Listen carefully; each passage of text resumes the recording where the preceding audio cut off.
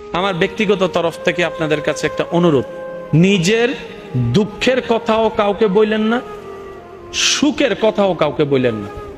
আপনি নিজের মনের দুঃখ কষ্ট সহ্য করতে না পেরে হালকা করার জন্য যাকে বলছেন, মনে রাখবেন আপনি তার কাছে কিন্তু কোনো না কোনো ভাবে একটু ছোট হয়ে যাচ্ছেন। এমনও হতে পারে আপনার দুঃখের সে কথাগুলা আপনার সামনে অভিনয় করে যে আপনাকে বুঝ দিয়েছে, সে পিছনে আপনার সেই দুঃখের কথা নিয়ে হাসি ঠাট্টা করতেও দ্বিধাবোধ করে না, এমন অনেক মানুষ আছে। আপনি যাকে দুঃখের কথা বলে মনকে হালকা করার চেষ্টা করছেন, আপনার দুঃখের কথার সে দুঃখটা সে বুঝবে না, কারণ তার সাথে তো সেটা ঘটেনি। সেজন্য আপনাকে 3 মাস 4 মাস 3 বছর পরও হয়তো আঙ্গুল তুলে দেখাই দিতে পারে, সে কথাটার কথা দিয়ে খোঁটা দিতে পারে। কথা বলেন ঠিক কি না? দুঃখের কথাও মানুষকে বলে শান্তি নেই। এবার আপনি বলবেন ভাইয়া সুখের কথা কেন বলবো না? আমি বলি কি ভাই, দুঃখের কথা শোনালে যেরকম মানুষ দাম দেয় না, সুখের কথা শোনালে মানুষ বদনজর লাগাইয়া সেটাও নষ্ট করে দেয়। কথা বলেন ঠিক কিনা?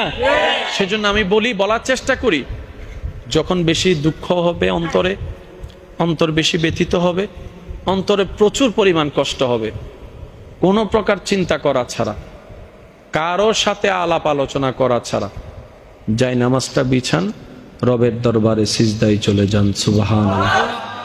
চোখটা বন্ধ করেন, চোখের পানি ছাড়তে থাকেন, মন হালকা হতে থাকবে, সিজদায় রবকে বলতে থাকেন, যা বলার বলতে থাকেন, যেভাবে বলার বলতে থাকেন। মনে রাখবেন আপনার সেই মনের বেতার ভাষা হতে পারে আপনার রক্ত বুঝবে না, আপনার ভালোবাসার মানুষ বুঝবে না, আপনার প্রিয় মানুষ বুঝবে না, কিন্তু আপনি যেভাবেই বলেন না কেন আপনার প্রত্যেকটা শব্দ আপনার রব্বুল আলামিন বুঝবে। সুবহানাল্লাহ। হাদিসে পাকের মধ্যে আছে, রাসূলে পাক সাল্লাল্লাহু আলাইহি ওয়াসাল্লাম বলে, বান্দা যতক্ষণ তার রবের খুশির জন্য অন্য বান্দার উপকার করতে থাকে, ওই বান্দার রব ওই বান্দার উপকার করতেই থাকে। সুবহানাল্লাহ। যে রবের খুশির জন্য রবের বান্দাকে খাওয়ায়, ওই বান্দার রব ওই বান্দাকে খাওয়ার ব্যবস্থা করে দেয়, রিজিকের মধ্যে ভরপুর করে দেয়। সুবহানাল্লাহ। যে অন্যের ইজ্জত হেফাজত করে, রব তার ইজ্জত হেফাজত করে। যে অন্যের দোষকে গোপন রাখে, রব তার ইজ্জতকে হেফাজত করার জন্য তার দোষকে গোপন রাখে। যে অন্যের মুখে হাসি ফুটায়, রব তার জীবনের মধ্যে প্রশান্তি এনে দেয়। সুবহানাল্লাহ। এই সিস্টেম দিয়েছেন কে? একটু জোরে বলেন, এই সিস্টেম দিয়েছেন কে? মানার দরকার আছে না নাই? মানলে লাভ না ক্ষতি? তো আমরা যারা লাভ বুঝি, আমরা যেন এই আমলগুলা করার চেষ্টা করি, বলি আমিন। আপনার ক্ষমতা আছে, রাস্তা বন্ধ করে দিলেন, আপনি রবের বান্দার রাস্তাটা বন্ধ করে দিয়েছেন। কয় ফুটের রাস্তা? 3 ফুট 4 ফুটের রাস্তা। আমার ঘরের সামনে দিয়ে যাবি না, ভাগাইটা ফেলবো। ওই বান্দার রব যদি আপনার রাস্তা বন্ধ করা শুরু করে, আপনি নিজের ঘরের মধ্যেও জায়গা পাবেন না, নিজের সন্তানের কাছেও জায়গা পাবেন না, নিজের ভালোবাসার বউয়ের কাছেও জায়গা পাবেন না। কথা বলেন ঠিক কিনা? সেজন্য যাই করেন রবকে নারাজ করেন না রে ভাই, রবকে নারাজ করেন না। রব নারাজ হলে সব রাস্তা বন্ধ হয়ে যাবে। কথা বলেন ঠিক কিনা? আল্লাহ আমাদের একটু বুঝার তৌফিক দান করুক। অনেকে আছে পানি বন্ধ করে দেয়, জোরে জোরে জোরে জোরে। পানি যদি আপনার হয় আপনি বন্ধ করেন, পানি যদি আপনার হয় বন্ধ করেন। রাস্তা যদি আপনার বাপের হয় বন্ধ করেন। বাতাস যদি আপনার দাদার হয় বন্ধ করেন। সূর্যের আলো যদি আপনার কাকার হয় বন্ধ করেন। রব বলে যে বাতাসও আমার, জমিনও আমার, সূর্য আমার, পানি আমার, বান্দাও আমার। তুই বন্ধ করার কে? বন্ধ করা ফেরাউনের কাজ, মূসার স্বভাব নয়।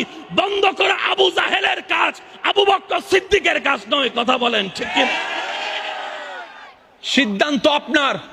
আপনি কি ফেরাউনের দলে যোগ দিবেন নাকি মূসা নবীর দলে যোগ দিবেন? as your wish, আপনার স্বাধীনতা।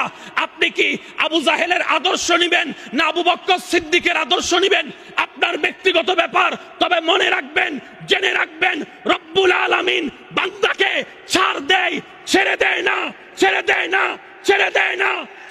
না। পৃথিবীর বড় বড় পাওয়ার সাকসেসফুলকে ব্যক্তিদেরকে রব্বুল আলামিন জুতার তলা পর্যন্ত বানায় দেখাইছে। কথা বলেন ঠিক? সেজন্য পাই তারা যারা নিতে জানে, রাখতে জানে। বাঁচবেন আর কয়দিন? কতজন তো কবরে চলে গেছে।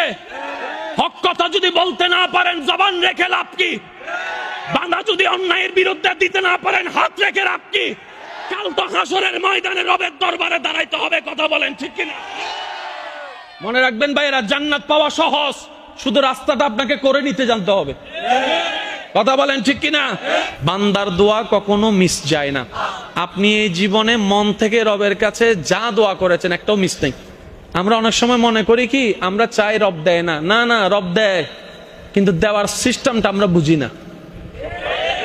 একটু জোরে বলেন।